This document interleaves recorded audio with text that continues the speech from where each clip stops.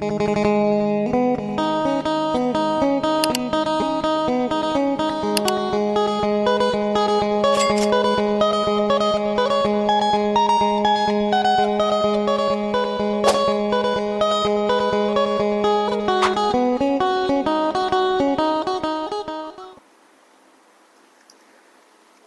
ทักทายสบายดีและสวัสดี FC พ่อแม่พี่น้องหมู่เพื่อนเบิดทุกคนทุกท่านบ่ว่าสิเป็นพี่น้องฝั่งไทยฝั่งลาวหรือต่างประเทศก็ยินดีต้อนรับเข้าสู่ช่อง YouTube ทุกคำปันสุขเด้อพี่น้องเนาะโอ้พี่น้องฮ้อนเปิดพัดลมก่อนอาบน้ำหาแต่ยาบ้างนี่อาบน้ำเมื่อกี้พี่น้องเหงื่อแตกอีกเลยเอาพี่น้องมื้อนี้เนาะก็บ่มีหยังหลายทุกคำก็ออกมาให้กำลังใจหรือว่าออกมาถึงน้องมะนาวหรือว่าจะพาFCพ่อแม่พี่น้องเนี่ยไปฟังผู้ใหญ่ท่านหนึ่งเนาะที่ช่วยเหลือน้องมะนาวอยู่ห่างๆตั้งแต่พาน้องมะนาวไป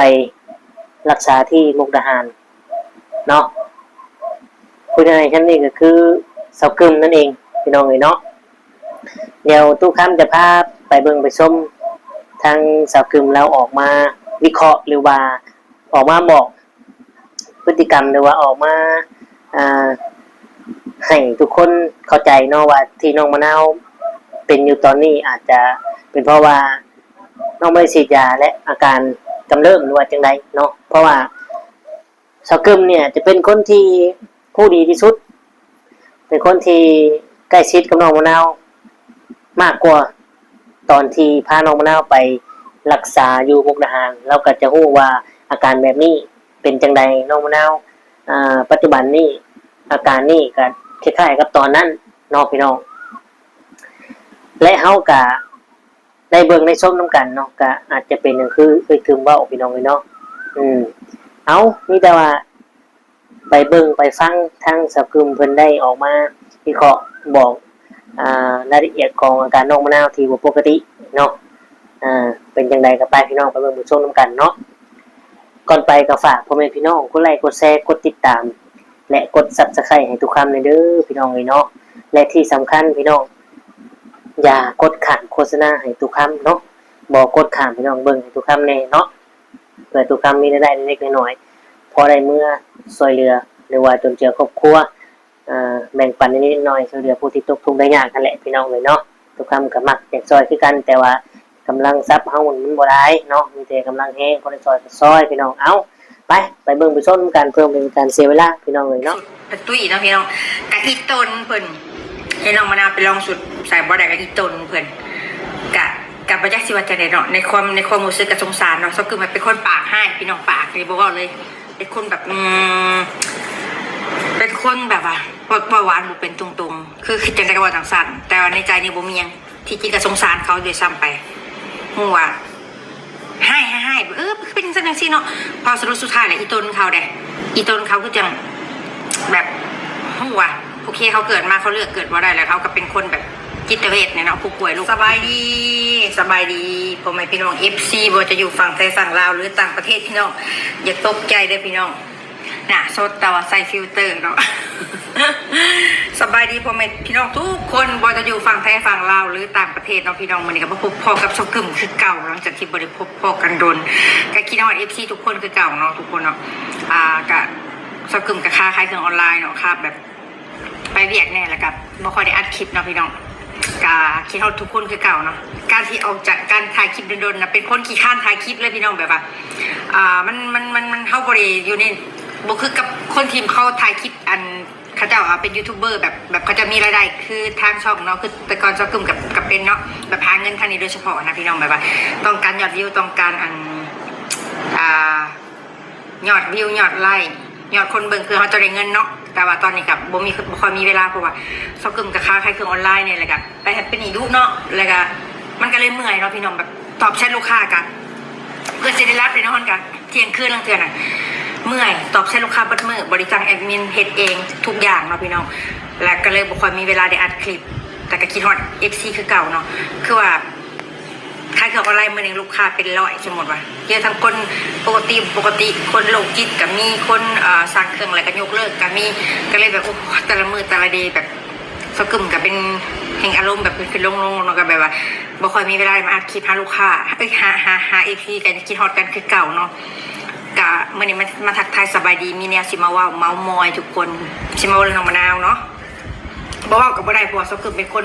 ขับไปซอยแล้วคนแรกเนาะการหลายคนเขาไปอยู่แต่คนที่พาไปรักษาเนาะคือสกึมพี่น้องเอ้ยถ้า FC อยากเบิ่งที่สกึมพาไปกับไปย้อนเบิ่งคลิปย้อนหลังใดน้องมะนาวเนาะตอนที่ไปใส่โซแล้วก็พาไปรักษาอยู่ไทยอยู่ยังกินยาอย่างหลายอย่างเนาะสิมาเรื่องน้องมะนาวมื้อนี้เห็นคลิปหลายๆคลิปแล้วก็อดหัวบ่ได้ทั้งจากให้ทั้งอยากหัวเนาะแต่เรื่องผัวนางอันมาเอานางผู้แหละมาเอาในความหมายภาษาลาวอย่าว่าเข้าใจผิดเลยพี่น้องคือมาอยู่มานอนน้ำหมายถึงว่าเป็นมาคบหามันมาหอดบ้านเนาะคือซอกึมเคยบอกกับพี่เราว่าภาษาลาวภาษาไทยนี่ต่างกันบางคำเนี่ยภาษาลาวว่าคำว่าเอากันไม่ใช่แห้งนะคล้ายแบบมีแฟนนึงสินะพี่น้องภาษาไทยก็คือมีแฟนแต่คนมีแฟนคำภาษาลาวภาษาอื่นแต่เพิ่นมีผัวเอาผัวคือว่าเอาผัวมาถึงมามีแฟนเนาะพี่น้องเนาะอันนี้ก็ว่าแปลนำเดียว FC สิบ่เข้าใจหลังจากเพิ่นมีแฟนปุ๊บเนาะฝากกลุ่มกับบ่ค่อยได้ไปทำเพิ่นทำแบบดูแลเพิ่นอยู่บอกกันต่อยาให้ตลอดเลยพี่น้องตู้ซิดเอาเงินใหม่สกึมนี่ไปต่อยาเพิ่นอยู่จังหวัดมุกดาหารเนาะไปหาหมอจิตเวชพอสกึมเป็นคนพาไปหาแต่ที่แรกเนาะแล้วก็เลยต้องต่อยาให้เราตลอดรู้จักประวัติเราเป็นจังไดนู่นนี่นั่นก็สิว่าเป็นหมอฟังนะพี่น้องประวัติการเป็นมาที่เราเป็นแล้วก็พาเราไปรักษาจนดีแล้วก็กินยาต่อยาตลอดมาเนาะจนกระทั่งนางมาได้มีแฟนมีผัวเป็นของตัวเองสกึมเห็นที่แรกสกึมกับบ่ค่อยโอเคดอกกับพ่อใหญ่เกดเพราะเคยใส่กันเราตั้งแต่ตอนที่เรายังบริมาคอน้องมะนาวบริมายุดน้องมะนาวเราให้น้องมะนาวยุดยาแต่ที่แรกเนาะสกึมก็เลยบ่โอเคก็เลยใส่กันเราไปรอบหนึ่งในคลิปก็เคยย้อนเบิ่งได้ปะจะเป็นพระเจ้าสิมาสานให้น้องมะนาวยุดยาพอเรากินยามานี่เบิดเงินหลายหมื่นได้ FC ผู้ใหญ่ใจดีเขามาดูแลรักษาเราแล้วก็เพิ่นเขากึมกับบริติดต่อกับเพิ่นบัดนี้เพิ่นก็จะให้เนาะจะให้สักกึมให้เพิ่นแหละแต่ไปติดต่อหลังบ้านหลังไม่ก็นั่งน้องมะนาวกับอันแม่เพิ่นคุยกันอะไรกับบู๊แหละโดยสึกคาร์ลมิตาเกตว่ามีเงินมีค่าบรู้จังไหนนอนแล้วก็เพิ่นก็มาหากันแหละน้องมะนาวกับแม่เพิ่นก็ให้ไปหาคือพี่น้องเห็นในคลิปนั่นแหละก็ยังงงอยู่ว่าบอกเลยหักอยู่คือเป็นยังสั้นวะก็ถือค่าล้มบ่ถือตัวบอกว่ามีเงินมีค่าเนาะก็คือ FC เห็นในคลิปตัวซิดนั่นแหละแต่ว่าสกึมเพิ่นบ่ได้ปรึกษาหารือสกึมได้ว่าสิเอาผัวเดือนนั้นนี่บ่ได้บอกสกึมก็บ่ว่าเพิ่นเอาเลิกเป็นสิทธิของเพิ่นเนาะเพิ่นอาจสิย้านเฮาอยู่บ่ให้เอาเพราะว่าเฮาก็บ่โอเคกับอิตากิอยู่แล้วทีแรกนะเป็นคนที่ว่าก็เลยมองว่าอันนี้ผู้ชายผู้นี้บ่สิมาเบิ่งดูแลผู้หญิงคนนี้ได้เนาะบางทีผู้หญิงคนนี้ก็คือหมู่พี่น้องฮู้แหละเป็นโรคจิตเวชเนาะก็เลยกับเฮาบ่ไปหาความเป็นเรื่องสิทธิส่วนตัวของเขาก็ปล่อยพอเพิ่นอยู่กินน้ำกันเป็นผัวเป็นเมียกันแล้วก็เห็นคลิปตู้ซิดหลายๆคลิปเนาะก็ซอกกึ่มก็โทรคุยกับพี่ใหญ่ใจดีที่เคยซอยเรือเพิ่นแล้วก็โทรคุยกับพี่รอตลอดอันโทรคุยตลอดถ้าพี่รอเพิ่นก็ว่าพี่รอเพิ่นอยู่นอร์เวย์เนาะเพิ่นเคยซอยเรือน้องมะนาวคือกันเราคะแนนว่ามันนั่นคะแนนเพิ่นอยากมีครอบมีครัวก็ยินดีน้องคะแนนแบบผู้ชายเป็นคนดีดูแลมาสร้างมาซาขยันมันเพียรเรื่องมีเงินมีคำนะบ่มีปัญหาเพิ่นว่าเฮาบ่ได้คิดว่าจะได้เงินได้คำอยู่แล้วเนาะขอเพียงแต่เรานั้นมาดูแลน้องมะนาวสามซาได้แต่พอต่อไปต่อมากเนาะพี่น้องก็มีเรื่องดราม่าเรื่องบ่มีเงินเนาะเรื่องบ่มีเงินขาดองตัวอีหยังๆนะก็เว้ากับพี่จิโร่แล้วก็โอ้ยพี่น้องไอ้ซอกึมหัวว่าอันพี่รอโอ้ยว่าจะมันสาดเราจะมันสาดมันนอนเราอันพ่อใหญ่เกดนี่ก็เราอันว่าสิบ่เว้าไปเฮ็ดให้สั้นคือเก่าเนาะเรากันนั่นแล้วก็เว้ากันกับเพิ่นมื้อน่ะบ่ปรึกษาหารือคือน้องมะนาวก็จะได้ภาพจะได้ผัวบ่เคยปรึกษาหารือเฮาผู้ดูแลมาก่อนเนาะเฮาก็บ่แล้วก็คือว่าซอกึมก็บ่เข้าใจเขาเนาะพี่น้องสิ่งที่เขาเฮ็ดนะแล้วเฮาก็อยากคั่นปากก็อยากเว้าอยู่ดอกเพราะว่าเฮาเคยดูแลเคยซอยเหลือมาก่อนแม่นบ่พี่น้องถ้าว่ายันถึกแบบมันเป็นจังซี่มาเลยมันก็คือพี่น้องเห็นในคลิปนั่นแหละแล้วบัดนี้ก็บอกกับพี่รอบอกไปบอกมาก็ซอกึมบ่อยากให้เด้ว่าเศร้าขาดลำไรน้องมะนาวก็ว่านั่นนี่ทั้งพี่รอก็เลยบอกว่าบ่ลำไรบ่ได้เด้น้องน่ะเป็นเบบีได้กึมเพิ่นว่าซอกึมก็ฮู้เนาะคำว่าเบบีอันนั้นบ่เบบีว่าเบบีแล้วสำเร็จน้อยหาขวบความคิดของนางค่ะบ่แม่นสิคือผู้ใหญ่ได้ป่ะคันว่ามีผู้ใหญ่ก็ว่ามีคนซอยเหลือเขามาให้ไปต่อยาให้น้องก็ไปคือเก่าเด้อเพิ่นว่าจะไปป้าไปถิ่มน้องเด้อว่าพอได้น้องก็เป็นเบบีเพิ่นว่าซอกึมก็เลยแบบ เบบี้แล้วความคิดมันสำคนหาขวบแล้วอะมันบุกมันคิดบ่ได้หรอกเราเป็นเด็กหน่อยแล้วอะมันผู้ป่วยเสียมันต้องเข้าใจแล้วก็มันเป็นเหตุเอาบุญซะคนก็คุยกันก็กึมตลอดเนาะเรื่องน้องมะนาวแล้วก็ดูห่างๆนะคะพี่น้องดูห่างยุงห่วงกับบริป้าบริทิพแต่ก็ดูอยู่ว่ามันเป็นยังไงนู่นนี่นั่นเนาะก็มันก็เลยมาว่าขั้นปากลายมือแล้วสิบอกว่าก็จำเป็นจากว่าเห็นลายคลิปลายคนเนาะได้เบิ่งน้ำคลิปน้องมะนาวเนี่ยก็เลยว่าโอ้ว่ะตุซิดก็อยู่ว่าเป็นซื้อสินมาว่าเอาสินให้เซากึมสลายสว่างยังบริหารอยู่สัตว์ก็เลยว่าเห็นลายคลิปเนาะแล้วก็คิดทั้งอีต้นนะทั้งอยากให้ทั้งโอ้จะสิว่าจะได้เอาจะสิเอาคำแต่มาบอกกับน้องมะนาวเลยเนาะอย่างหนึ่งก็เราแบบคือเอาพวกเอาบริปรึกษาหารือใครว่าเป็นตาเอาอยู่บนนั้นนี่เราคือแล้วปอกคลองดีกับแม่แล้วเราแต่งบอลดีบอลนอนเขาหลุดโอ้ยมันบ่อยากสิว่าบ่อยากพัฒนาพี่น้องอดีตผ่านมาคลิปคือเป็นประเจ็บเส้นประสาทกับน้องมะนาวแล้วก็เอาปล่อยไปสักพักมาเห็นเลือดเห็นเป็นร่องสุดแล้วเพื่อจะได้สุดแต่งงานบอกพอดีเพิ่นจักสุดเนาะกะท่ากะอีตนอยู่พี่น้องเลยชีวิตของผู้หญิงเขาครั้งหนึ่งในชีวิตอยากแต่งงานอยากใส่ชุดเจ้าสาวเนาะแต่ว่าสักกึ่มไปเรียนเห็นคลิปแต่กับอีตนอยู่ประจำเรื่องชีวาพอก่อนตอนที่ก่อนหน้านี่เราก็เคยเบ้าเนาะคุณยายใจดีผู้จัดการสักกึ่มเนาะย่าสักกึ่มอยู่อเมริกาแหละพี่น้องว่าคันน้องมะนาวสิเอาผัวแล้วบอกเด้อแม่สิซอยเรื่องชุดแต่งงานแต่งงานอยากให้เป็นได้ใส่ชุดเจ้าสาวครั้งหนึ่งในชีวิตเนาะแต่น้องมะนาวก็บริติดต่อหาสักกึ่มเนาะพี่น้องบริคุยบริบอกว่าเขาสิเอาผัวนี่แล้วก็บริว่าสักกึ่มก็เลยบอกว่าถึงสุดนี่ซะก็เลยบอกถึงเราคือที่เราไปลองสุดลองยังกับอีตนอยู่แต่ก็จักสิว่าจังได๋เนาะแม่ยุ่งกับประจักษ์ควมกับประจักษ์อาลีโลแล้วก็เราก็บริวารว่าเราบริบอกค่ะว่าเราอันสิอาพัวได้แล้วนี่เราก็บริวารว่านะบอกว่าอายในสิ่งที่ตัวเองเห็นบอกหรือว่าจิตตอนที่เจ้ากึ่มบริพองเอากับอิตาเกตนะพี่น้องแปลว่าเรากระหูดีไซอิตาเกตเป็นคนไปได้เจ้ากึ่มหายที่หนึ่งดิกับตู่คำนะก็บอกให้ตู่คำฟังอยู่เรื่องที่ว่าเป็นบ่อยน้องมะนาวกินยาต่อสกึ่มให้ให้ว่าเจ้ามีสิทธิ์ยังเจ้าสิมาอันถามน้องมะนาวนะตอนนั้นก็เลยบริคุยก็เลยไปก็เลยแยกสกึ่มว่าติบอกก็เลยบอกกล้ามาบอกว่าสิแต่งงานสิเอาโพสสิผูกแคนเด้อก็เลยมาว่ามายังนะเขาก็ปล่อยผ่านไปแต่มาเห็นเพิ่นอันไปลองสุดเจ้าสาวเนาะพอดีจะสุดว่าสันเดเห็นในคลิปก็เลยโอ้ยว่าอีตนเลยเด้อเพราะว่าตอนก่อนหน้านี้น่ะมีผู้ใหญ่ทางสกึ่มก็บอกอยู่ถ้าเราสิได้เอาโพสแต่งงานสิตัดสุดให้แล้วสุดเจ้าสาวนะเสียให้เราใส่ชุดสีแดงมันจังคือเพิ่นว่าแดงผู้ใหญ่ใจดีแล้วอีตนน้องมะนาวเนาะความใฝ่ฝันของผู้หญิงครั้งหนึ่งในชีวิตก็อยากใส่ชุดแต่งงานเนาะแต่ว่าน้องมะนาวบ่เคยติดต่อหาสกึมแต่นะเอาผัวบ่เคยว่าบ่เคยท้าบ่เคยสอนสกึมก็เลยปล่อยผ่านพี่น้องก็เลยแบบบ่วนบ่โอนบ่สนน้ำเรานะก็เลยแบบปล่อยผ่านแบบนึงเลยพี่น้องมีสายเขา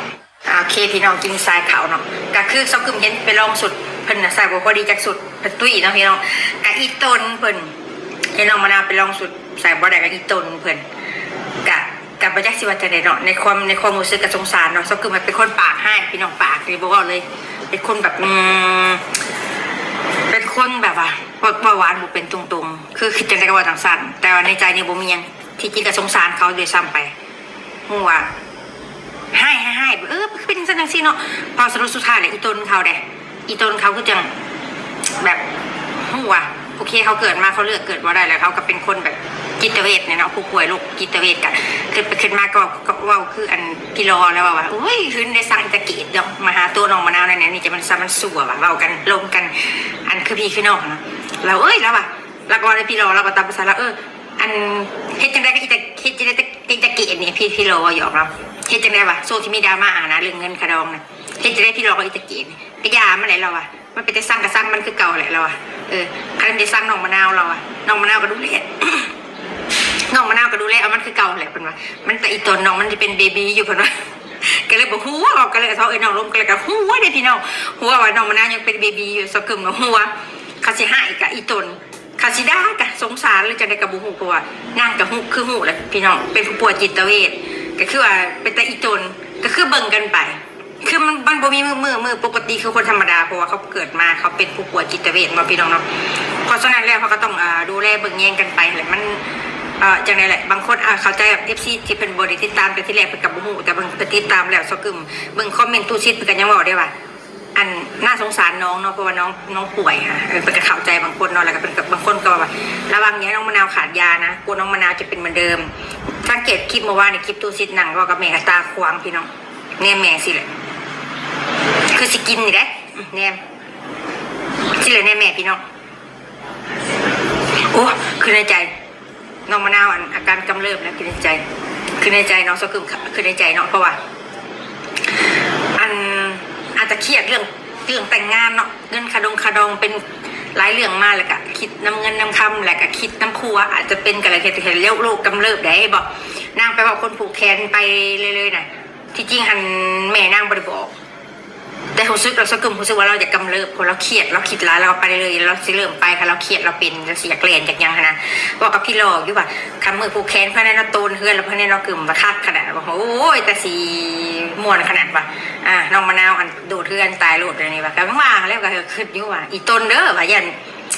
จิตเวชเนาะมันป่วงได้พี่น้องมันเป็นมันบอกบูเหมือตกมันสมองมันสั่งการบริคือคนปกตินะพี่น้องมันคาสสิวาเนาะบ้านนี้ก็เลยว่าเห็นFCคนหนึ่งคอมเมนต์จะเป็นความเพิ่นว่าในคลิปตูซิดนะว่าน้องมะนาวเป็นอย่างนั้นจะให้ไปทำงานกับผัวได้เหรอถ้าเกิดเป็นยังมานั่งเร่ร่อนไปเลยไพ่สิเบิ่งผัวกับพ่อปนันแม่นคว่ำเลยอย่าปล่อยไปเด็กขาดเห็นบอกข่าวคนป่วยจิตเวชที่ว่าคนลาวที่ว่ายังเกาะที่ว่าทำลายนายค่ะที่ว่าในข่าวนะพี่น้องบางทิศล้างเดือนล้างนี่ว่ายังเกาะมันว่ามีเทพมาสั่งให้มันเห็ดนั่นแหละผู้ป่วยจิตเวชมันบริกินยาบริรักษามันก็เป็นมาริมาลอยนะครับเพราะฉะนั้นมันบ่เป็นตาให้ไปทำงานเพราะว่าคนเขาไม่ปกติบ่เป็นตาให้ปล่อยไปทำงานหรอกเป็นยังมามันอันตรายมันเป็นยังมาแหละมันจะเอาขึ้นบ่ได้นะพี่น้องเนาะเพราะว่าน้องเป็นคนป่วยกินยาใส่ซักยาอยู่เสียไปทำการทำงานคือคนปกติมันเป็นไปบ่ได้เนาะพี่น้องเพราะฉะนั้นแล้วกับเตือนซอยกันนะพี่น้องเนาะถ้าผู้ใดเบิ่งคลิปตูซิดเนาะก็กึ่มกับเบิ่งอยู่ขนาดว่าเวลาไปต่อยาให้เราก็เบิดมือเท่าคำขับไปโรงพยาบาลหลักคือพี่น้องพูดแหละเข่าคิ้วแต่เศร้าจนคำคือเสียยายิ้วเข่ายิ้วหน้าจนสั่นคนมันหลายเนาะพี่น้องต้องเข้าใจว่าบ้านเป็นคนหลายเขาก็บริวารในดอกตะวันเพื่อเขาเสียยาคนซากตะเฮือนน่ะนั่งเบิดมือเบิดเว้นแต่เศร้าจนคำขึ้นลงมาตู้ซิดบริไปจะเพื่อเอายาค่ะมีแต่เศร้ากึ่มไปเอาขึ้นเบิ่งมามันลำบากสำใดแต่อย่าให้เพิ่นมาซักยาเนาะเขาเป็นบ่ซักยากับร้อนหูแล้วประสาทนอนบ่รับตาตีตาล้านตาลูกคือเพิ่นเป็นแล้วตอนนี้แบบเพิ่นอาจจะเครียดเนาะพี่น้องมะนาวอาจจะเครียดเรื่องงานแต่งถึงว่าตาลูกตาล้านนี่ยังว่าไปคะแนนเพ้นเพิ่นสิบอกคนกระขักอยู่กับอิตาเกตนึงเนาะได้น้องมะนาวเป็นเมียแล้วก็ต้องดูแลต้องยังเจ้าเป็นผัวเนาะย้ำซักยาเจ้าก็ต้องพาเมียนี่ไปซักยาว่าได้ซักแน่อยู่บ่เป็นเอาไปหลักถิ่มบริษัทมามันกันเนี้ยคนอันนี้มันเสือบ่ได้มันบ่อยากซักได้ปวดนี่ค่ะจังหวะเห็นในคลิปแล้วก็โอ้ยปวดหัวนางคนเราเองก็คิดว่าจะได้กระนองมะนาวเนาะตั้งสื่อแล้วเนี่ยแสดงหนังก็ได้หนังเรื่องละครเรื่องหนึ่งชีวิตเรานี่โคตรโปพี่น้องสงสารเราแหละบอกมาเลยคือมาบอกฟังสื่อว่ามันเห็นเราอีกตัวเรื่องเราจะได้สุดแต่งงานเนาะพี่น้องแต่ว่าเราก็ใส่สุดได้กับโบพอดีแต่เราก็โบมาหาสกุมแต่มาหาสกุมเราก็จะได้สุดแต่งงานอยู่เพราะว่าสกุมอาจจะคอผู้ใหญ่ใจดีซื้อให้เราเนาะตัดให้เราแต่ว่าคือสิบประทันเลยแหละไกลงานกับไกลเขามาเลยแหละอันนี้ก็บอกฟังสื่อแต่ว่างานแต่งเพิ่นก็มีเวลาก็สิไปแสดงความยินดีนะเพิ่นอยู่ดอกเบิ่งก่อนเบิ่งสถานการณ์ก่อนพี่น้องโอเคพี่น้องคลิปนี้ประมาณนี้แหละมาทักทายสบายดีทุกคนเนาะคิดฮอดคิดถึงพี่น้องตัดภาพมากันอยู่กับตู้คำเป็นยังไงพี่น้องหลังจากที่ได้ชมได้เบิ่งแล้วคิดว่าสิ่งที่สักคือบ่นี่ตรงบ่แม่นบ่ถูกบ่เนาะพี่น้องสำหรับตู้คำเนี่ยถ้าแม่นแน่น้องน้าเราก็อยากมีอาการเพราะว่าช่วงนี้เราก็อยู่ในช่วงที่ปัญหารุมเร้าเนาะเรื่องงานแต่งก็เข้ามาสับสนเนาะเพราะว่ามันก็มีปัญหาในนิดหน่อยในสิ่งหลายอย่างนั่นแหละถ้าไม่คิดกับผลกระทบกับสมองเนาะโรคประสาทเรานั่นแหละพี่น้องเลยเนาะเอาโอเคพี่น้องคลิปนี้ก็จะได้ขอตัวจบอำลาพระจากพ่อแม่พี่น้องไปเนาะขอขอบคุณกับคุณในหลายที่เข้ามาเบิ่งมาชมกดไลค์กดแชร์ให้เนาะสำหรับคลิปนี้ก็ฝากคือเก่าพี่น้องบ่ให้กดข้ามโฆษณาเนาะให้เบิ่งให้ตู้คำเลยพี่น้องเลยเอาก็ประมาณนี้เนาะขอขอบคุณกับคุณที่เข้ามาเบิ่งก็คือสิได้กล่าวคำว่าสบายดีแหละสวัสดีครับ